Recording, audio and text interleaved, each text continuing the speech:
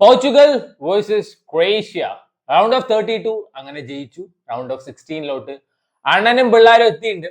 ഇനി സ്പെയിൻ. രാവിലെ 4:30 കളിയും വെച്ചിട്ട് മനുഷ്യ ഹാർട്ട് അറ്റാക്ക് വന്ന് ചാവാതിരുന്നത് ആരുടെയൊക്കെ ഭാഗ്യം, ആരുടെയൊക്കെ പ്രാർത്ഥന കാരണം ഹാർട്ട് അറ്റാക്ക് വന്ന് ചത്തില്ല. Dramas extra time dramas.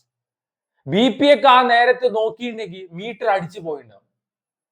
പോർച്ചുഗലിന്റെ കളി കാണുമ്പോൾ ഒരു ടെൻഷൻ ഉണ്ട്. എനിക്ക് ഇന്നേ വരെ വേറെ ഒരു കാര്യത്തിലും ഇത്ര ടെൻഷൻ വന്നിട്ടില്ല.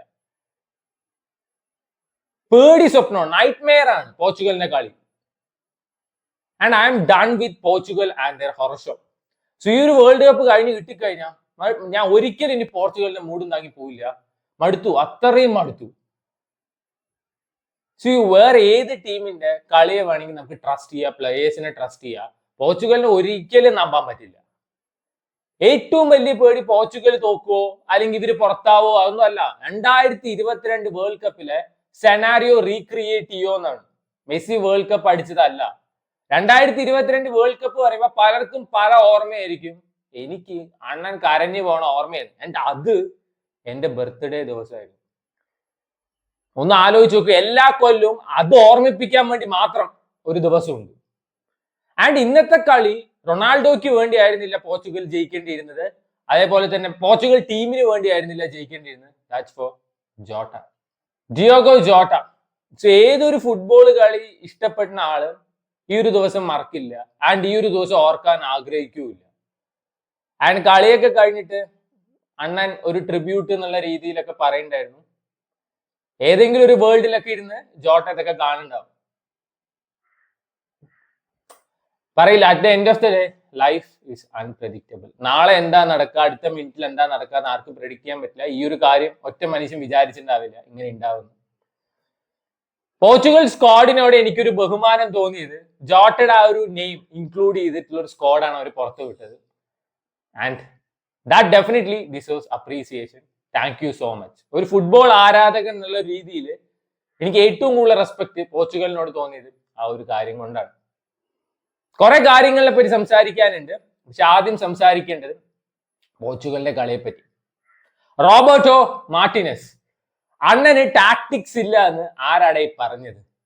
ഇത്രയും കിടു ടാക്ടിക്സ് ഏത് മാനേജർ ഇറക്കും? അണ്ണ നിങ്ങളുടെ ബുദ്ധി കുണ്ടിയിലാണോ? സെക്കൻഡ് ഹാഫില്, first half that was a very nice domination by Portugal. Portugal dominate ചെയ്തൊരു ഫസ്റ്റ് ഹാഫ് ആണ്. പൊസഷൻ വെച്ചിട്ടുണ്ടായിരുന്നു, നല്ല നല്ല ചാൻസസ് ക്രിയേറ്റ് ചെയ്തിട്ടുണ്ടായിരുന്നു. സെക്കൻഡ് ഹാഫ് തുടങ്ങിയ സമയത്ത് പോർച്ചുഗൽ ഭയങ്കര ലേസി ആയിട്ടാണ് ഫുട്ബോൾ കളിക്കാൻ തുടങ്ങിയത്. ഷൂട്ട് ചെയ്യേണ്ട അവിടെ പല പ്ലേയേഴ്സും പാസ് ചെയ്യാൻ തുടങ്ങി. ന്യൂണോ മെൻഡിസിന് ഷൂട്ട് ചെയ്യേണ്ട ഒരു ചാൻസ് കിട്ടുമ്പോൾ ന്യൂണോ മെൻഡിസ് റൊണാൾഡോയ്ക്ക് പാസ് കൊടുക്കാൻ നോക്കി, ആ ചാൻസ് പോയി. ആൻഡ് ഇവര് ഡിഫൻസ് ഒന്നും ഒരു കമ്മിറ്റ്മെന്റ് ഇല്ലാത്ത രീതിയിലാണ് ഇവർ സെക്കൻഡ് ഹാഫ് കളിച്ചിട്ടുണ്ടായിരുന്നത്. There was a chance. Cancelo ബീറ്റനായി, അതേപോലെ തന്നെ റൂബൻ ഡയസ് ബീറ്റനായി, വിറ്റീനെ ബീറ്റനായി. ഒരു ചാൻസ് ഉണ്ടായിരുന്നു, എന്തോ ഒരു ഭാഗ്യത്തിന് മാത്രം അത് ഗോൾ കയറിയില്ല. അവിടുന്ന് അങ്ങോട്ട് ക്രൊയേഷ്യ പിടിച്ചു. ക്രൊയേഷ്യ കളി പിടിച്ചു. ഫസ്റ്റ് ഗോൾ വീണതിന് ശേഷം റോബർട്ടോ മാർട്ടിനസിന്റെ വല്ലാത്തൊരു ടാക്ടിക്സ്, ഒരു സബ്സ്റ്റിറ്റ്യൂഷൻ, ചാകര സബ്സ്റ്റിറ്റ്യൂഷൻ. ഓൾമോസ്റ്റ് 4 പേര് അങ്ങനെ സബ്സ്റ്റിറ്റ്യൂട്ട് ചെയ്തു. Bruno, വിറ്റീന, Cancelo, Pedro നെറ്റോ. ആൻഡ് പകരം കൊണ്ടുവന്നത് ഗോൺസാലോ റാമോസ്, ബെർണാഡോ സിൽവ, പിന്നെ മറ്റേ സെമഡോ, കോൺസേസാവോ. മിഡില്ല. പിന്നീട് അങ്ങോട്ട് ക്രൊയേഷ്യ മാക്സിമം ഈ ചാൻസ് യൂട്ടിലൈസ് ചെയ്തു. പോർച്ചുഗലിന് ആ ഒരു റിതം മെയിൻറ്റെയിൻ ചെയ്യാൻ പോലും പറ്റില്ല. ഇവര് ഒരു ഷോക്ക് അടിച്ച പോലെ നിൽക്കലും. ആൻഡ് ക്രൊയേഷ്യ അത് മാക്സിമം യൂട്ടിലൈസ് ചെയ്തു. എന്തോ ഒരു ഭാഗ്യം കൊണ്ട് മാത്രമാണ് നമ്മൾ ഇന്ന് ജയിച്ചത്. കുറെ എണ്ണം ഓഫ് സൈഡ് ആയി. അത് ലാസ്റ്റ് നടന്ന കാര്യങ്ങളൊക്കെ പറയാം. ആൻഡ് എനിക്ക് മനസ്സിലാവാത്ത ഒരു കാര്യം, ഈ കൊവാസിച്ചിനൊക്കെ എത്ര പ്രായമായി? ആ ചങ്ങായി മിഡ്ഫീൽഡിൽ നിന്ന് ബോൾ എടുത്തിട്ട് സോളോ ആയിട്ട് ഓടിക്കയറുമ്പോ അതുപോലും ജാവോ നെവസിന് ഓടി പിടിക്കാൻ പറ്റില്ലെങ്കിൽ ജാവോ നെവസ് പിന്നെ എന്തിനാണ് കളിക്കുന്നത്? This guy is actually old. ഒരു ഷോട്ട് അടിച്ചു, എന്തോ ഒരു ഭാഗ്യത്തിന് ഡിയോഗോ കോസ്റ്റയുടെ കയ്യിൽ ഒരസിപ്പോയോണ്ട് അത് പോസ്റ്റ് തട്ടിപ്പോയി, ഇല്ലെങ്കിൽ അത് കയറിയിട്ടുണ്ടാവും. അങ്ങനെ എത്ര ചാൻസ്, കുറെ എണ്ണം ഓഫ് സൈഡ് ആയി. ആരുടെ ഭാഗ്യം കൊണ്ട് മാത്രമാണ് ഇന്ന് പോർച്ചുഗൽ കളിച്ച് ജയിച്ചോന്നല്ല. 100% ഷുവർ. സോ റൊണാൾഡോ ഒരു അടിപൊളി ഗോൾ അടിച്ചിട്ടുണ്ടായിരുന്നു. That was offside. നല്ലൊരു കൺട്രോൾ ആൻഡ് നല്ലൊരു ഫിനിഷ് ആയിരുന്നു. അത് ഓഫ് സൈഡ് ആയി. പിന്നെ പെനാൽറ്റി, ഞാൻ കുറെ പേര് ഇപ്പൊ പറയുന്നത് കേട്ടിട്ടുണ്ടായിരുന്നു പെനാൽറ്റിക്ക് ഇപ്പൊ വാല്യൂ കൂടി അല്ലെങ്കിൽ ഡിമാൻഡ് കൂടി, ഇത് വേറെ വല്ല പ്ലെയർ ആണ് വെച്ച് പലതരത്തിലുള്ള രീതി പറഞ്ഞിട്ടുണ്ടാവും. ഇത്രയും ഒരു ക്രൂഷ്യൽ മൊമെന്റിൽ ഒരു പെനാൽറ്റി സ്കോർ ചെയ്യുക, that's not everybody's cup of tea. അത് എല്ലാവർക്കും ചെയ്യാൻ പറ്റുന്ന ഒരു കാര്യമല്ല. That's just Ronaldo thing. എത്ര സിമ്പിൾ ആയിട്ടും കൂൾ ആയിട്ടാണ് ഫിനിഷ് ചെയ്ത്. ഇതേ ഇപ്പോ പോർച്ചുഗൽ വിത്തൗട്ട് റൊണാൾഡോ കിടുവാണ് മടുവാണ് എന്നൊക്കെ പറയുന്നവരുണ്ട്. ഞാൻ എഴുതി ഒപ്പിട്ടരാ, ഈ പ്രഷർ പലർക്കും താങ്ങാൻ പറ്റില്ല. വേറെ ആരെങ്കിലും ആണ് കിക്ക് എടുത്ത് വെച്ചാൽ അത് മിസ്സാക്കാനുള്ള ചാൻസസ് കൂടുതലാണ്. ഈവൻ ഗോൺസാലോ റാമോസ് ആണെങ്കിലും. ആൻഡ് അണ്ണന് മറ്റേ man of the match, player of the match കൊടുത്തപ്പോ പലരും അയ്യോ എന്ത് നെറ്റ് വിളിക്കുന്ന കണ്ടു. ആ ഒരു ഗോൾ റൊണാൾഡോ തിരിച്ച് അടിച്ചില്ലെങ്കിൽ ആ ഒരു പ്രഷറിൽ രണ്ടാമത്തെ ഗോൾ വന്നിട്ടേ ഉണ്ടാവില്ല. മേ ബി ക്രൊയേഷ്യ ഒന്നും കൂടി അടിച്ച് ജയിച്ചിട്ടുണ്ടാവും കൗണ്ടർ അറ്റാക്കിൽ. ഈ സബ്സ്റ്റിറ്റ്യൂഷൻ കൊണ്ടുവന്ന ഒരു സമയത്ത് ക്രൊയേഷ്യയുടെ കൗണ്ടർ അറ്റാക്ക് ഒക്കെ കിടുവായിരുന്നു. ആൻഡ് പെരിസിച്ച് എന്ന് തൊട്ട് കാണാൻ തുടങ്ങിയാണ് ഈ മുതലിനെ. ഇപ്പോഴും ഉണ്ട്, ഇപ്പോഴും ഗോൾ അടിച്ചു.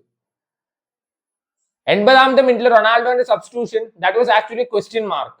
കാരണം അതൊരു വാലിഡ് സബ്സ്റ്റിറ്റ്യൂഷൻ ആണോ എന്ന്. ആണ്, ഡെഫിനറ്റ്ലി ആണ്. 80 മിനിറ്റ് ആയി, ഇനി ആകെ ഒരു സബ്സ്റ്റിറ്റ്യൂഷൻ ബാക്കിയുണ്ട്. മിഡ്ഫീൽഡ് വാസ് ലൈക്ക് ഷഡ്ഡിയിലെ ഓട്ട.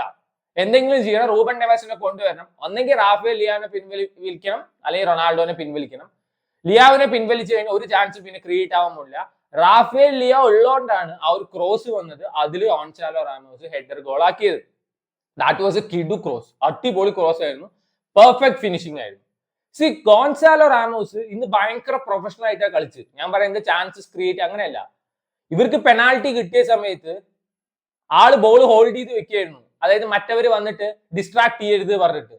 That was pure professionalism. അതെനിക്ക് ഭയങ്കര ഇഷ്ടമായി. ആൻഡ് എക്സ്ട്രാ ടൈമിൽ നടന്നത് എന്തൊക്കെയാണ്. ആ ലാസ്റ്റ് ഗോള് എത്രയാണ്, 10 മിനിറ്റ് എക്സ്ട്രാ ടൈം കൊടുത്തിട്ട് കളി ഇപ്പൊ വിസിലടിക്കും ഇപ്പൊ കഴിയും പറയുമ്പോൾ 112ാമത്തെ മിനിറ്റ് എന്തോ ആയി.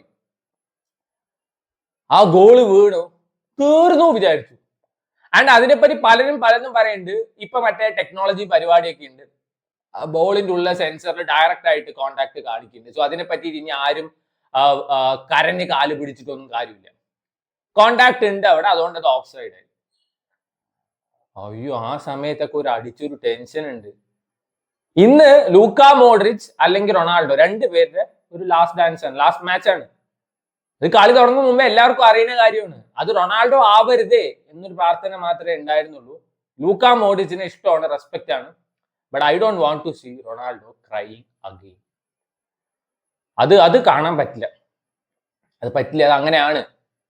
സോ നമ്മളെല്ലാവരും അണ്ണൻ എന്നൊക്കെ വിളിക്കുന്നത് ദാറ്റ്സ് ഫ്രം അവർ ഹാർട്ട്. ഞാൻ മറ്റേ പോർച്ചുഗൽ ഫാൻസ് റൊണാൾഡോ ഫാൻസിനെ പറ്റിയാണ്. നമ്മൾ അണ്ണാ വിളിക്കുന്നത് that's from our heart. Just വായെന്ന് പറയുന്നതല്ല. He's like our family. അങ്ങനെ ഒരാള് കരഞ്ഞു പോണ ഒരു ട്രോമ ഫേസ് ചെയ്യാൻ വി ആർന്റ് റെഡി.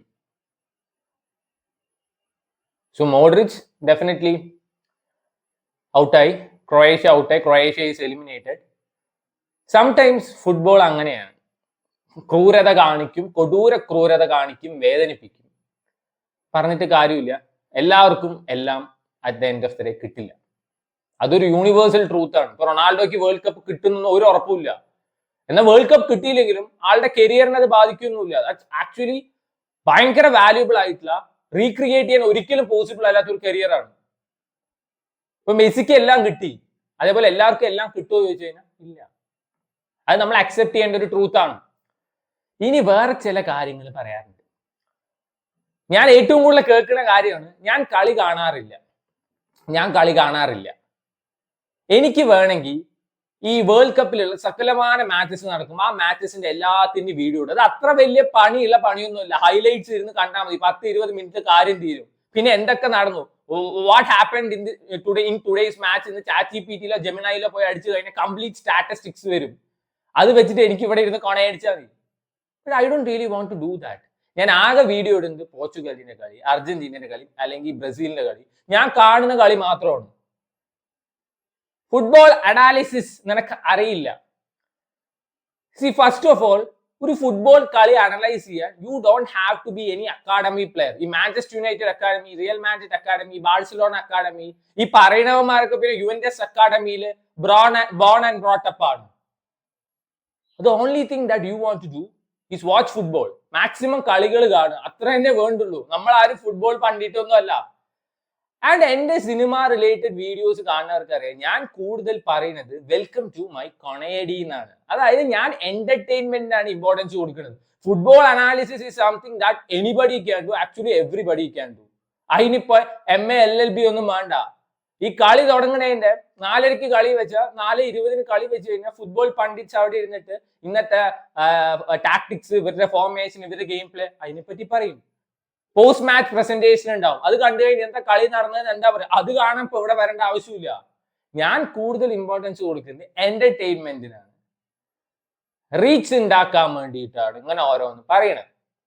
ഇന്നേ വരെ ഒരു മനുഷ്യന്റെ അടുത്ത് എന്റെ വീഡിയോ ലൈക്ക് ചെയ്യ്, ഷെയർ ചെയ്യ്, സബ്സ്ക്രൈബ് ചെയ്യ്, ബെല്ലൈക്കൺ പിടിച്ച് ഞെക്ക്, ഞാൻ ഒന്നും പറയാറില്ല. ഞാൻ ആരുടെ അടുത്തും പറയാറില്ല. എന്റെ വീഡിയോസ് ചിലപ്പോൾ മാക്സിമം 100 പേര് 200 പേര് കാണുന്നുണ്ടാവും, ചിലപ്പോൾ 10 പേര് കാണും. ഇതിപ്പോ ഒരാൾ അല്ലെങ്കിൽ 0 ആള് കാണുകയാണെങ്കിലും ഞാൻ ഇത് ഇടും. Because this is a part of my entertainment. അത്രേ ഞാൻ നോക്കാറുള്ളൂ. And I want people to get entertained.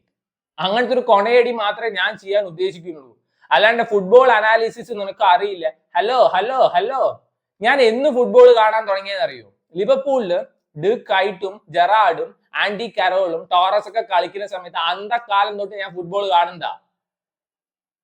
കാണാത്ത ലീഗില്ല. എനിക്കൊരു ഫ്രഞ്ച് ലീഗ് ഒഴിച്ച് ബാക്കി എല്ലാ ലീഗും ഞാൻ ഇരുന്ന് കാണാറില്ല. ആ എന്റെ അടുത്ത് പറഞ്ഞു ഫുട്ബോൾ അനാലിസിസ് അറിയില്ല.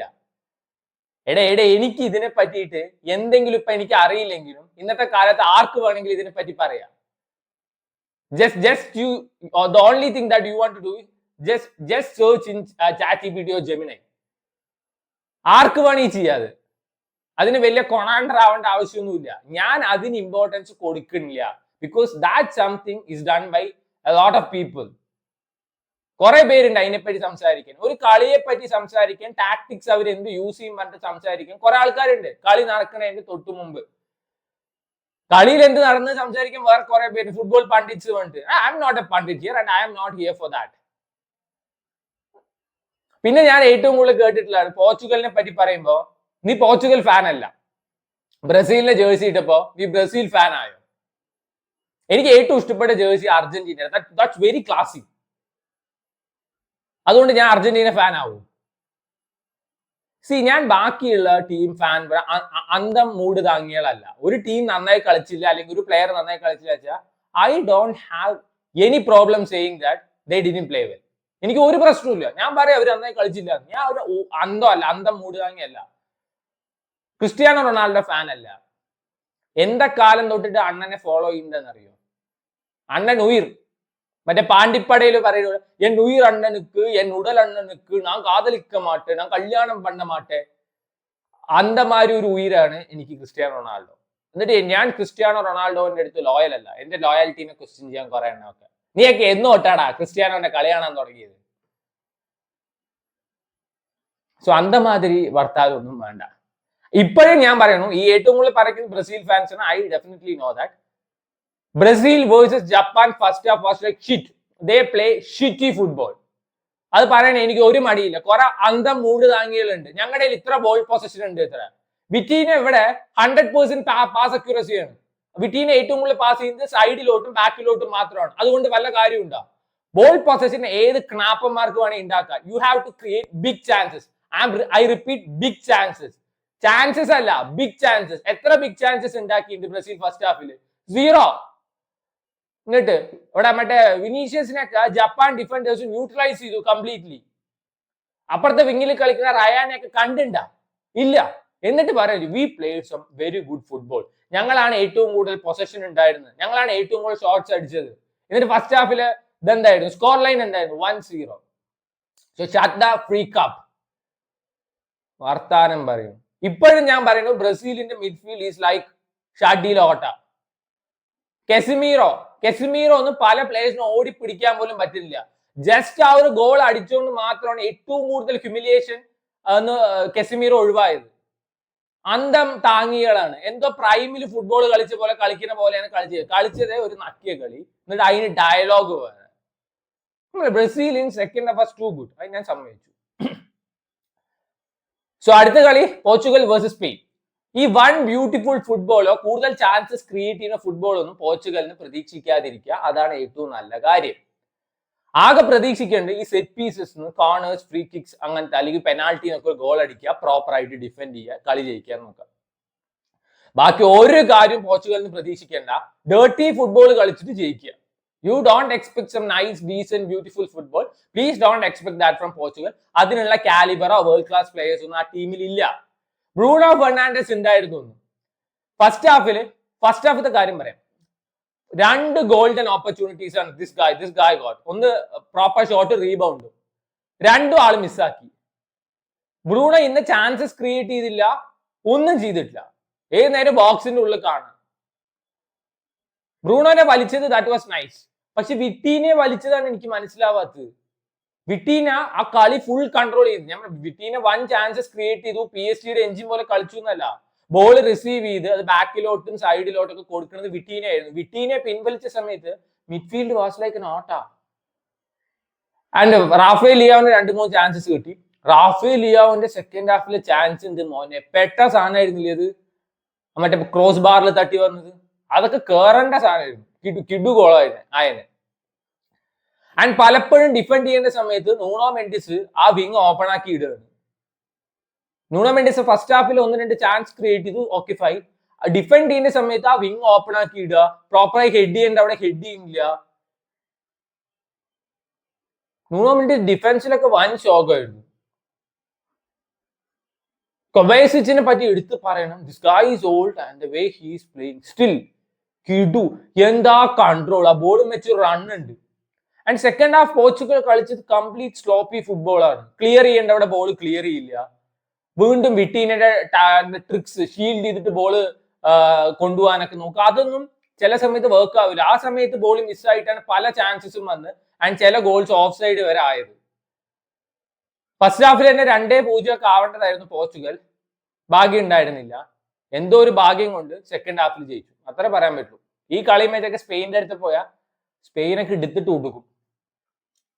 ആൻഡ് നമ്മുടെ എന്താ ലാമീൻ യമാൽ മിക്കവാറും കളി ഇതുവരെ വന്നതിലൊക്കെ യമാലിനെ ന്യൂണോ മെൻഡിസ് പോക്കറ്റിലാക്കിയിരിക്കുകയാണ്. പക്ഷെ ഇത്തവണത്തെ വേൾഡ് കപ്പിൽ ന്യൂണോ മെൻഡിസിന്റെ form is actually question mark. അറ്റാക്കിന് വേണ്ടി കുറച്ച് ചാൻസസ് ക്രിയേറ്റ് ചെയ്യുന്നത് നല്ലതാണ്. ഇന്ന് ആൾക്കൊരു ഓപ്പൺ ഷോട്ട് എടുക്കാനുള്ള ചാൻസ് കിട്ടിയിട്ടും he didn't do that, usually ചെയ്യുന്നതാണ്. എന്നാൽ ഡിഫൻസിൽ ന്യൂണോ മെൻഡിസ് ഇപ്പൊ ഭയങ്കര ഷോക്കാണ്. ആൻഡ് റൂബൻ ഡയസ് ഒക്കെ is kind of an average player, അല്ലാതെ അത്ര ഈ പൊക്കി അടിക്കേണ്ട പ്ലെയർ ആയിട്ടൊന്നും തോന്നിയിട്ടില്ല. എന്തെങ്കിലുമൊക്കെ ടാക്ടിക്സ് റോബർട്ടോ മാർട്ടിനസ് കൊണ്ടുവന്നാൽ മാത്രമേ അടുത്ത കളി ജയിക്കാൻ പറ്റുള്ളൂ, ഓറൽസ് വീട്ടിൽ പോവാ. ലാസ്റ്റ് ഡാൻസും ലാസ്റ്റ് ഭരതനാട്യം ഒക്കെ അതാവും. സോ അടുത്ത കളിയായിട്ട് വീണ്ടും വരാം. വീണ്ടും സന്ധിക്കും വരെ വണക്കം.